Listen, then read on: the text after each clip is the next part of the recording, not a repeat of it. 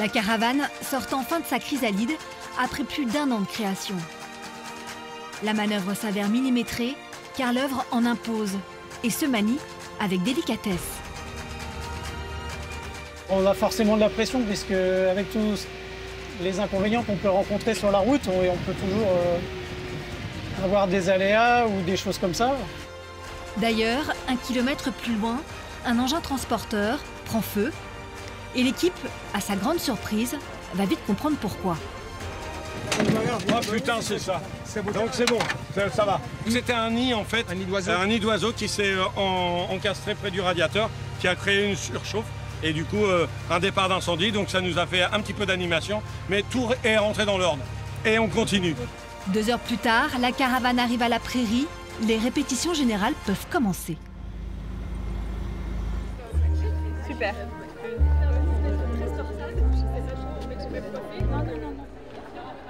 C'est le dernier week-end avant la parade, pour réunir les 1500 artistes pros et amateurs. À la coiffure et au maquillage, le rythme s'intensifie. Il y a une 50aine de danseurs et on a 45 minutes pour maquiller et coiffer tout le monde. Donc c'est assez intense. C'est un peu des tests avant le jour J pour voir combien de temps on met à maquiller chaque personne. J'ai une petite bouche en cœur. C'est du challenge, on s'amuse, on fait autre chose, c'est un peu différent d'habitude. Moi, l'événementiel, j'adore.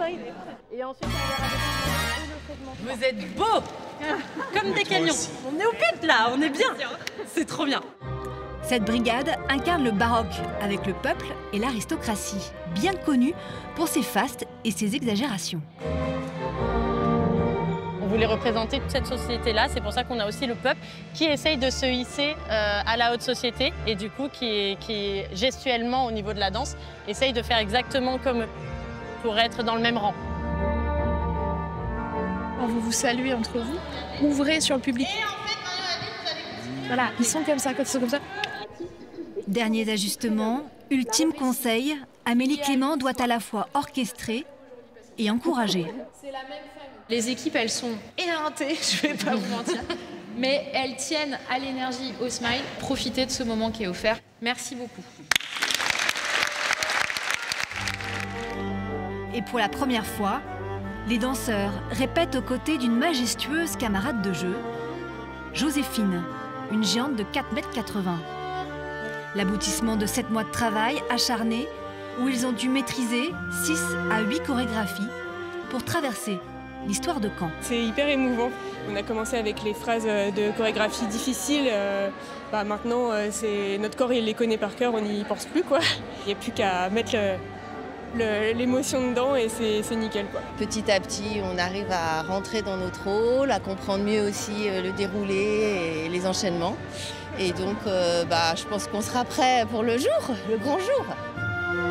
Les corps vibrent déjà, emportés par l'élan de ce poème grandiose et vivant qui résonne comme un formidable trait d'union entre les habitants. L'œuvre, elle va jouer le 9 mai. Mais moi, je trouve que 80% du travail de l'œuvre, il a déjà été fait et c'est déjà une réussite. Rassembler tous ces gens, arriver à les mettre ensemble, à les faire se rencontrer, dialoguer, discuter de tout. Évidemment, on discute de ce qu'on fait, mais pas que. Et ça me touche beaucoup parce que les gens, ils sont venus la nourrir très, très, très, très fort. Et je crois que jamais je les remercierai assez d'avoir joué le jeu et de nous avoir suivis dans cette aventure, quoi. Quand retentiront ces 3 coups, quand s'embrasera pour unir les regards, émerveiller les esprits et raviver notre mémoire.